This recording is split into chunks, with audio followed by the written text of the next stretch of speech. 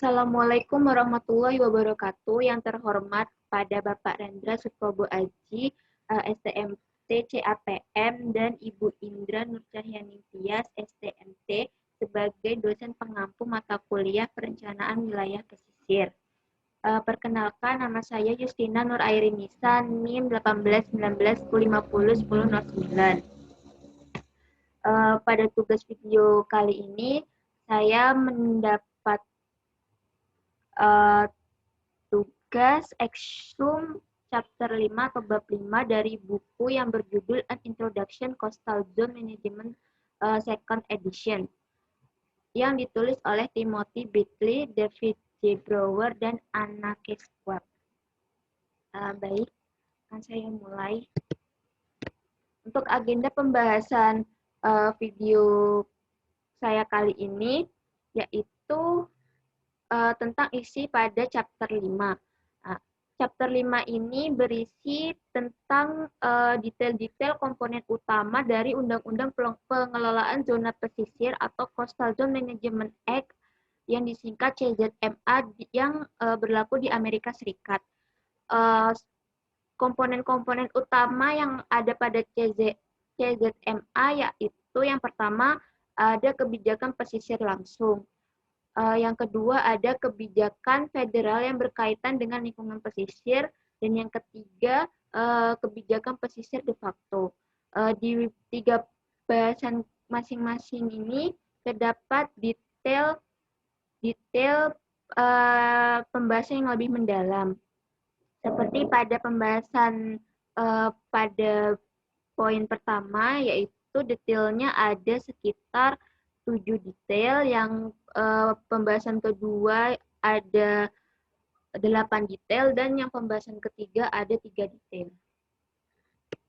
Baik, yang pertama kita memasuki pembahasan kebijakan pesisir langsung.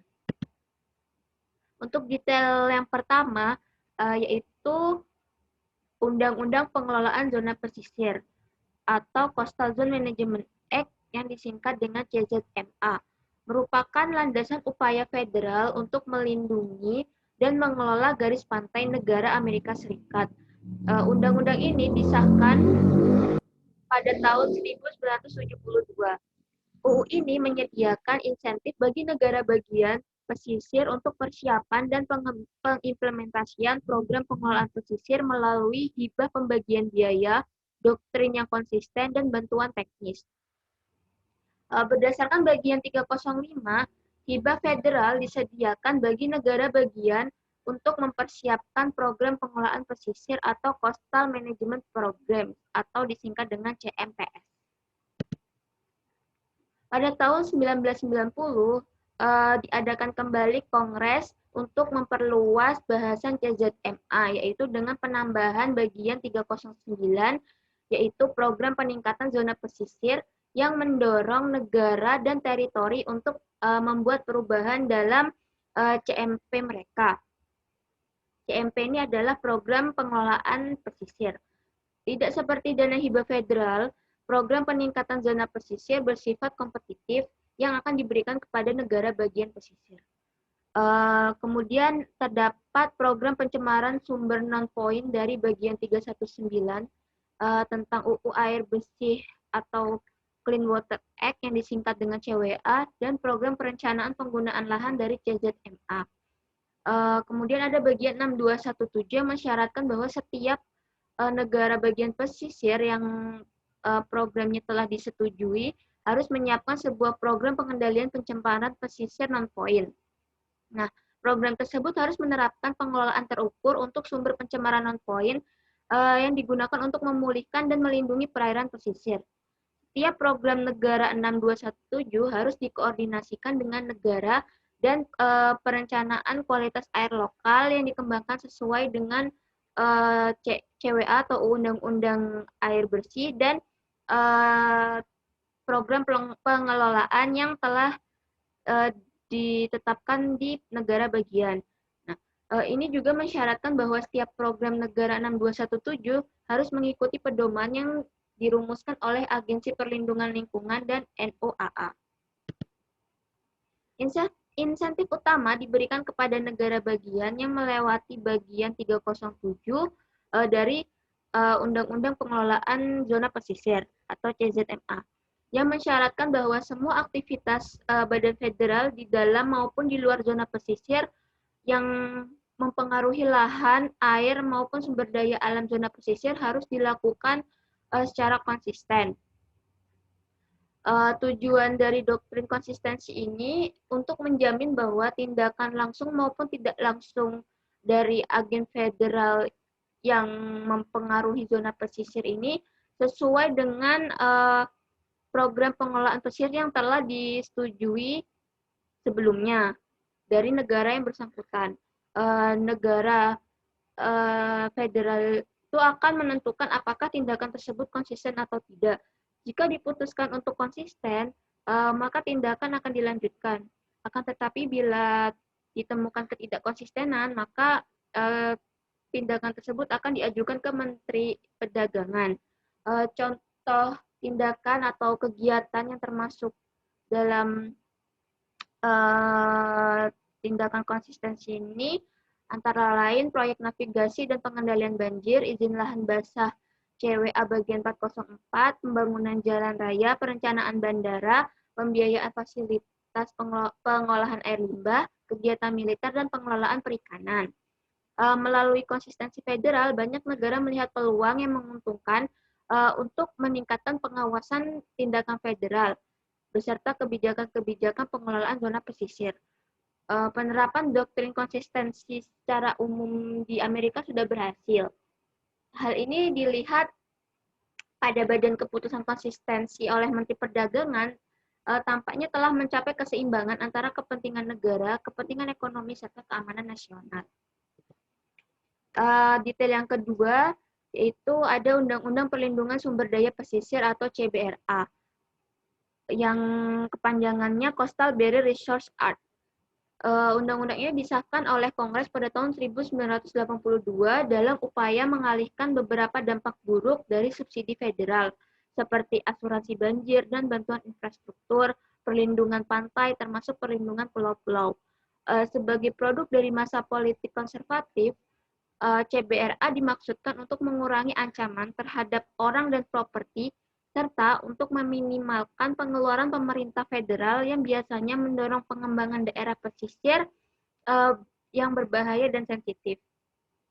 Kemudian perlindungan pantai di sini didefinisikan dalam undang-undang tersebut, yaitu untuk memasukkan fitur geologi pengendapan atau pulau konservasi dan habitat akuatik terkait, misalnya rawa-rawa yang berdekatan dengan muara atau estuari. Kemudian setelah Oktober 1983, sejumlah subsidi federal tidak lagi diizinkan di area yang dilindungi, seperti penerbitan polis asuransi banjir yang baru dan pengeluaran uang federal untuk jalan, jembatan, utilitas, pengendalian erosi, dan bentuk bantuan bencana non-darurat. Departemen Dalam Negeri memiliki tanggung jawab untuk mengelola program ini dengan Dinas Perikanan dan Satwa Liar Amerika Serikat sebagai badan utamanya. Kemudian detail yang selanjutnya ada program Suaka Laut Nasional. Program Suaka Laut Nasional atau National Marine Sanctuary Program atau disingkat NMSP dibuat pada tahun 1972 dengan judul 3 dari UU Perlindungan Cadangan dan Suaka Laut atau Marine Protection Reserve and Sanctuary Act atau MPRSA dan dikelola oleh NOAA. Program ini didirikan untuk menciptakan dan mengelola suaka laut di kawasan yang memiliki arti penting nasional untuk melindungi sumber daya pesisir dan laut, serta untuk mendorong penelitian ilmiah di perairan yang masih asli. Situs yang dipilih harus menunjukkan kualitas ekologi, sejarah, penelitian, pendidikan, rekreasi, atau estetika yang unik. Kemudian diperkenalkan konsep penggunaan ganda pada program ini untuk mengakomodasi berbagai kegiatan yang membutuhkan sumber daya suaka alam. Nah, kegiatan yang termasuk ini antara lain penangkapan ikan rekreasi dan komersial, scuba diving, lalu lintas kapal, dan eksplorasi minyak serta pengeboran. Mengizinkan suaka alam yang akan digunakan untuk tujuan selain penelitian membuat penunjukan beberapa daerah lebih layak secara politik dan ekonomi. Namun terdapat beberapa kritikan terkait program Suaka Laut Nasional ini atau NMSP, yaitu antara lain yang pertama, terdapat tumpang tindih kewenangan karena berbagai lembaga di semua tingkat pemerintah menjalankan kewenangan pengaturan di dalam setiap suaka yang ditunjuk, yang menyebabkan kurangnya koordinasi dan kerjasama di beberapa situs. Contohnya NOAA, Dinas Perikanan Laut Nasional, Dinas Taman Nasional, dan berbagai badan negara bagian sering terlibat dalam penegakan peraturan. Yang kedua, terbatasnya dana dalam melaksanakan program. Karena NMSP ini tidak beroperasi dengan anggaran dari negara bagian, maka dana federal harus menutupi semua kebutuhan keuangan NMSP. Kemudian yang ketiga ada penunjukan individu. Penunjukan individu wilayah kecil lautan sebagai suaka alam tidak memberikan perlindungan yang memadai untuk area dan lautan secara keseluruhan. Tempat perlindungan yang ditunjuk biasanya tidak kebal terhadap kekuatan eksternal seperti tumpahan minyak, hasil pengerukan di dekatnya, pengambilan ikan dan kerang secara intensif, serta peristiwa lain yang mempengaruhi kesehatan sumber daya di dalam batas tempat perlindungan.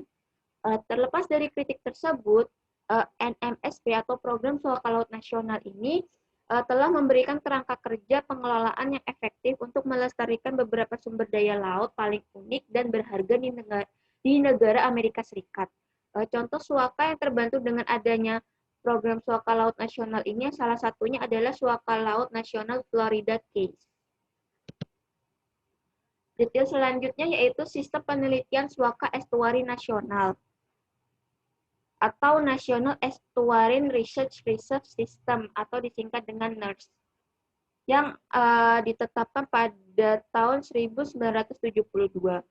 Menteri Perdagangan diarahkan untuk memperoleh, mengembangkan atau mengoperasikan suaka estuari sebagai laboratorium lapangan alam untuk mempelajari dan mengumpulkan data tentang proses alam dan manusia yang terjadi di dalam muara zona pesisir atau estuari. NERS ini didirikan untuk membuat laboratorium lapangan estuari atau muara. Gubernur negara bagian pesisir mencalonkan estuari atau muara di daerahnya untuk dimasukkan ke dalam sistem. Area tersebut harus mewakili ekosistem muara yang cocok untuk penelitian. Negara harus memberikan perlindungan yang memadai untuk mengembangkan lingkungan yang sesuai dengan penelitian, yang memudahkan akuisisi biaya sederhana, tetapi juga dapat memberikan kemudahan konservasi atau regulasi lahan. Kemudian pendanaan NERS beroperasi atas dasar pembagian biaya 50-50 antara federal dengan negara bagian. Detail selanjutnya yaitu ada program estuari nasional. Pada tahun 1987 terdapat amandemen dalam UU Air Bersih atau Clean Water Act yang disingkat dengan CWA yang mengatur tentang program estuari nasional atau National Estuary Program yang disingkat dengan NEP. NEP bertujuan untuk mengidentifikasi, memulihkan, dan melindungi estuari yang signifikan secara nasional.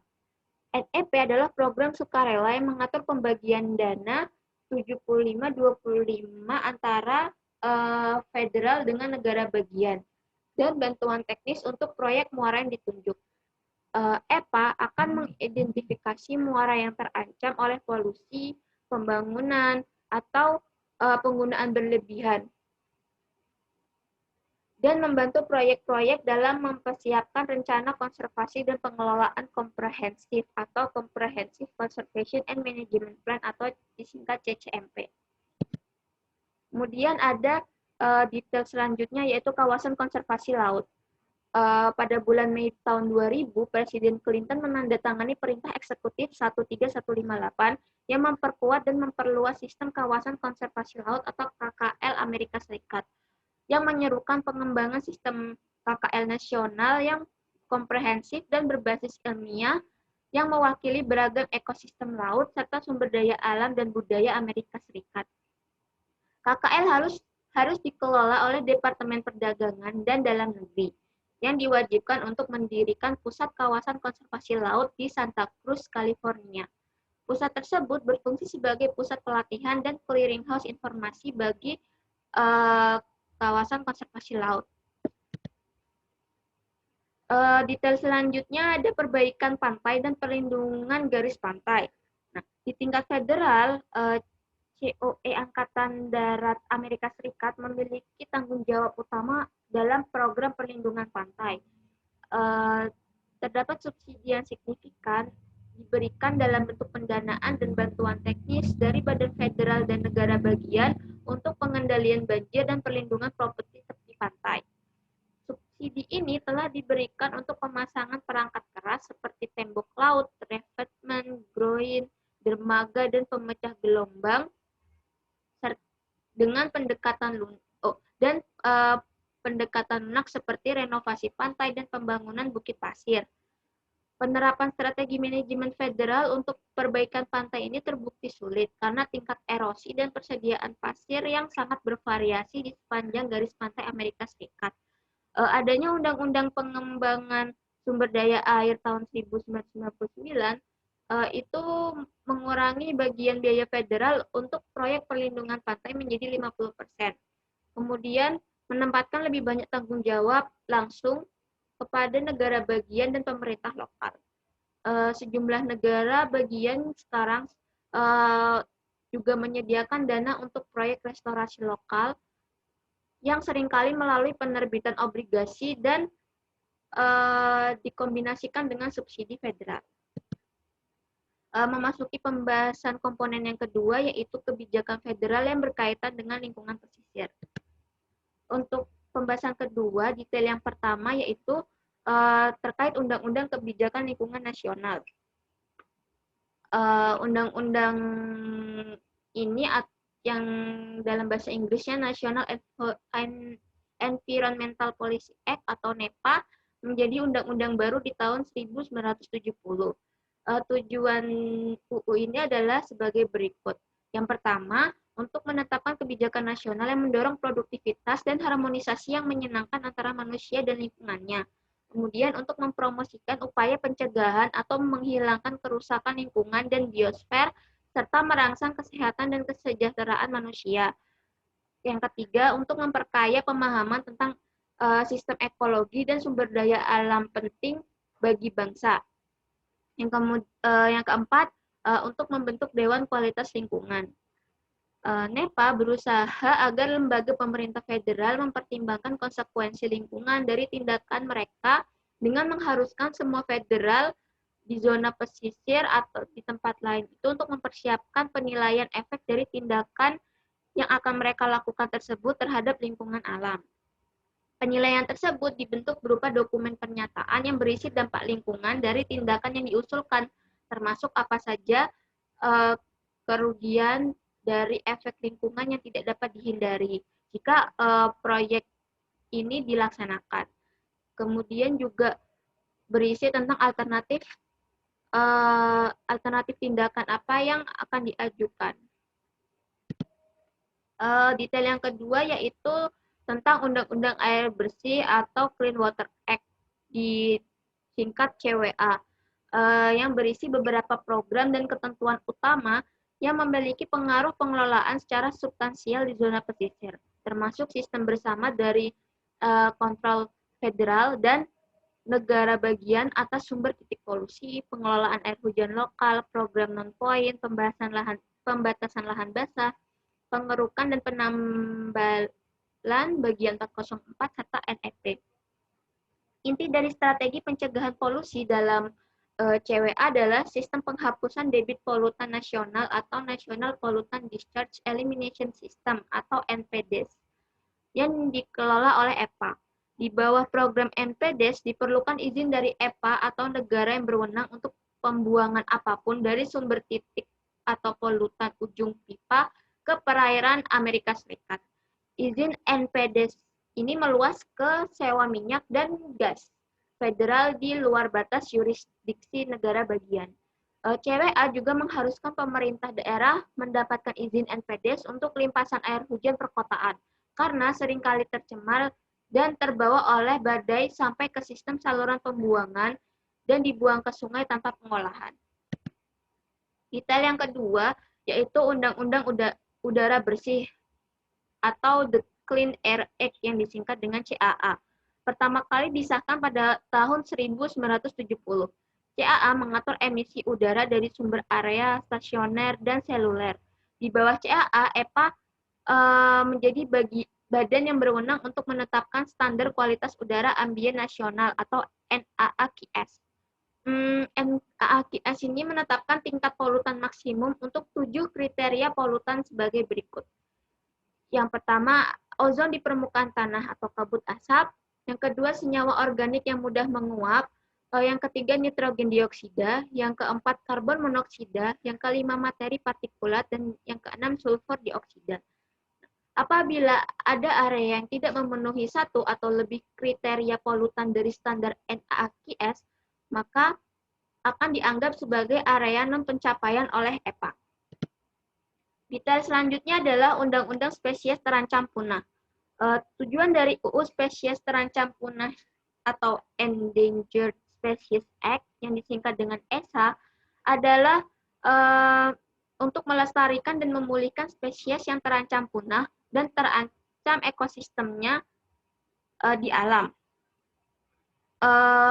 Pada Oktober tahun 2001 terdapat 1.249 spesies terdaftar sebagai spesies terancam punah di Amerika Serikat dengan rincian 509 hewan dan 740 tumbuhan. UU ini mengharuskan semua agen federal menggunakan kewenangan mereka untuk melestarikan spesies yang terdaftar dan berkonsultasi dengan layanan perikanan dan alam liar Amerika Serikat yang mengatur kegiatan untuk memastikan bahwa kegiatan mereka tidak mengancam keberadaan spesies yang terdaftar dalam spesies terancam punah. Apabila terdapat tanah milik pribadi yang mau dikembangkan sebagai lahan properti, akan tetapi tanah tersebut dihuni oleh spesies terancam punah, pemilik tetap bisa menerima izin insidental yang memungkinkan mereka mengembangkan lahan. Tapi dengan syarat mereka harus mempersiapkan dan melaksanakan penyediaan rencana konservasi habitat spesies yang terancam tersebut. Kemudian detail selanjutnya ada program asuransi banjir nasional. Program asuransi banjir nasional atau National Flood Insurance Program atau disingkat NFIP disubsidi oleh pemerintah federal yang disediakan bagi pemilik properti di daerah rawan banjir. Cakupan asuransi yang tersedia yaitu ada dua. Yang pertama untuk struktur sendiri mencapai nilai $250.000 yang digunakan untuk struktur keluarga tunggal. Yang kedua yaitu untuk struktur dan isi yang mencapai nilai $100.000. Program ini dikelola oleh Federal Insurance dari administrasi FEMA. Program ini memiliki standar antara lain bangunan baru di zona banjir 100 tahunan harus tinggi hingga atau di atas level banjir 100 tahun umumnya dikenal sebagai basis elevasi banjir atau BFE yang berupa tinggi gelombang potensial. Kemudian untuk pesisir di zona bahaya tinggi atau di zona kecepatan atau zona V, bangunan harus ditinggikan di atas tiang, dan semua pembangunan baru mengarah ke daratan yang lebih tinggi dari basis elevasi banjir. Yang ketiga yaitu perkembangan baru tidak boleh menimbulkan kerusakan pada bukit pasir atau vegetasi bukit pasir. FEMA mengembangkan rencana modernisasi peta untuk memperbarui dan mendigitalkan seluruh inventaris panel peta dataran banjir Amerika Serikat. Akan tetapi, kekurangan dana telah menghambat upaya rencana FEMA ini. Detail selanjutnya yaitu bantuan bencana federal. Pemerintah federal telah terlibat selama bertahun-tahun dalam membantu pemerintah negara bagian dan lokal dalam menanggapi dan memulihkan diri dari bencana. Beberapa bentuk utama bantuan bencana tersedia melalui FEMA. Bantuan tersebut umumnya terbagi dalam dua kategori. Yang pertama, individu dan bantuan keluarga. Hibah bantuan ini mencapai $14.400 yang digunakan sebagai biaya penggantian barang pribadi seperti furnitur dan peralatan. Yang kedua, ada bantuan publik.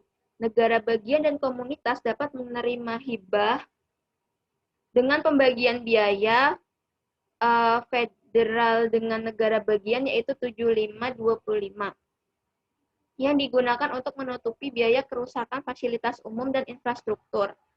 Proyek yang memenuhi syarat untuk menerima bantuan ini termasuk perbaikan dan penggantian jalan, jembatan, saluran pembuangan dan sistem air, serta fasilitas rekreasi dan penggantian pantai umum buatan. Dalam pembaruan Undang-Undang Stafford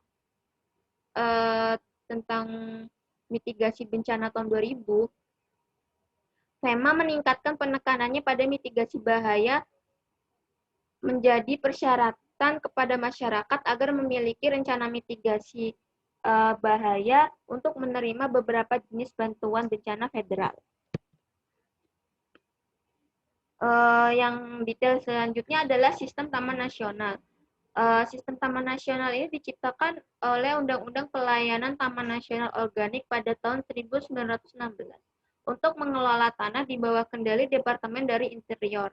Tujuannya adalah untuk melestarikan pemandangan dan benda-benda alam yang bersejarah serta satwa liar dalam taman nasional, monumen, dan reservasi, serta menyediakan hiburan dengan cara yang sesuai dengan tidak meninggalkan dan tidak mengganggu kesenangan generasi di masa mendatang. Sistem taman nasional mencakup lebih dari 83 juta hektar daratan, termasuk pantai nasional di Atlantik, Teluk, dan pantai Pasifik, serta tepi danau nasional di Great Lakes. Setiap unit taman didirikan dan dikelola oleh undang-undang Kongres khusus di lokasi tersebut. Termasuk sistem taman nasional, pemerintah federal adalah pemilik tanah negara terbesar. Kemudian detail selanjutnya ada brownfield. Brownfield didefinisikan sebagai industri dan fasilitas komersial yang ditinggalkan, menganggur, atau kurang digunakan di mana perluasan atau pembangunannya memerlukan biaya yang sangat tinggi, sehingga komunitas enggan untuk melakukannya. Program brownfield dikelola oleh EPA. Program brownfield berkaitan dengan pengelolaan zona pesisir karena banyak bekas situs industri dapat ditemukan di pesisir negara Amerika Serikat.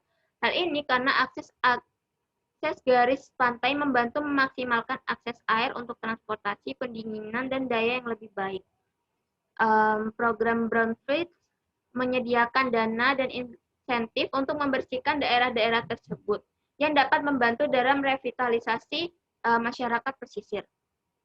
Brownfield dapat diubah menjadi pantai yang dapat diakses publik, area dan taman, sehingga memungkinkan perbaikan sumber daya pesisir. Contohnya seperti Wyandotte di Michigan yang berhasil mengubah bekas pabrik BASF menjadi taman tepi laut yang dilengkapi dengan jalan setapak dan dek observasi, area piknik, jalur jogging, klub dayung, dan lapangan golf umum. Memasuki pembahasan ketiga atau komponen ketiga yaitu kebijakan pesisir de facto. Detail yang pertama yaitu Departemen Energi. Sebenarnya kebijakan de facto ini tidak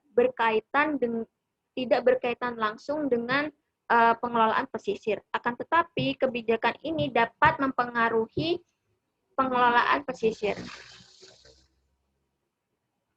Baik. Kembali ke detail yang pertama tentang Departemen Energi. Nah, tugas Departemen Energi ini ada 3, yaitu menentukan letak seharusnya terkait penempatan fasilitas energi seperti pembangkit listrik tenaga nuklir, jaringan pipa, dan penyulingan.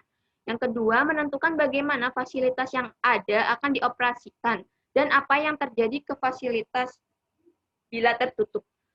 Yang ketiga, saat fasilitas tersebut berada di zona pantai atau DAS yang sesuai, apakah keberadaannya dapat mempengaruhi polutan di kawasan pesisir dan pola pembangunan sarana penunjang. Nah, oleh karena itu, keputusan yang dibuat oleh Departemen Energi terkait penempatan fasilitas sangat mempengaruhi zona pantai dan langkah-langkah yang diperlukan untuk perlindungan selanjutnya. Detail yang kedua, yaitu layanan pendapatan internal. Subsidi pembangunan pesisir diberikan dalam bentuk belanja pajak, pemotongan, dan subsidi lainnya yang terkandung dalam federal dan negara kode pajak. Kode pajak ini mendorong konstruksi dan pengembangan di wilayah pesisir dengan membuat bunga kredit pada pengurangan pajak rumah. Untuk pemotongan sendiri yang diizinkan itu ditentukan dengan mengurangi nilai properti pasca badai dari nilai properti sebelum badai. Bila asuransi rendah maka bisa diterima. Tetapi pemotongan yang diperbolehkan jika kerugian melebihi 10% maka akan disesuaikan dengan pendapatan kotor. Detail yang ketiga yaitu subsidi pembangunan pesisir. DOT atau DOT telah memberikan dana yang luas untuk pembangunan jalan raya, jalan dan jembatan, dan perbaikan lain yang telah dilayani, membuat banyak daerah pesisir terpencil mudah diakses, sehingga menimbulkan limpasan air hujan. Oleh karena itu, kebijakan DOT akan mempengaruhi polusi sumber non-titik di wilayah pesisir, yang juga mempengaruhi bagaimana pantai harus dikelola, dilestarikan, dan dilindungi. Selain DOT, ada HUD atau HUD. HUD mengelola program dan mengembangkan kebijakan yang mempengaruhi pola pembangunan pesisir. HUD menyediakan pengembangan komunitas hibah blok kepada masyarakat untuk berbagai renovasi dan restorasi proyek selama presentasi proyek menguntungkan warga berpenghasilan rendah. HUD juga memberikan pinjaman rumah yang dijamin dan telah bekerja sama dengan FEMA untuk memberikan bantuan bencana kepada otoritas perumahan publik setelah bencana yang dideklarasikan oleh Presiden. Jika dana untuk fasilitas umum diberikan untuk pembangunan di kawasan pesisir yang belum dikembangkan, nah, pembangunan pasti akan terjadi, orang akan datang melakukan berbagai macam kegiatan di pesisir tersebut, maka dapat membahayakan lingkungan pesisir. Sekian pemaparan dari saya. Terima kasih. Mohon maaf apabila ada kesalahan dan mohon maaf apabila ada kesalahan penerjemahan. Sekian, wassalamualaikum warahmatullahi wabarakatuh.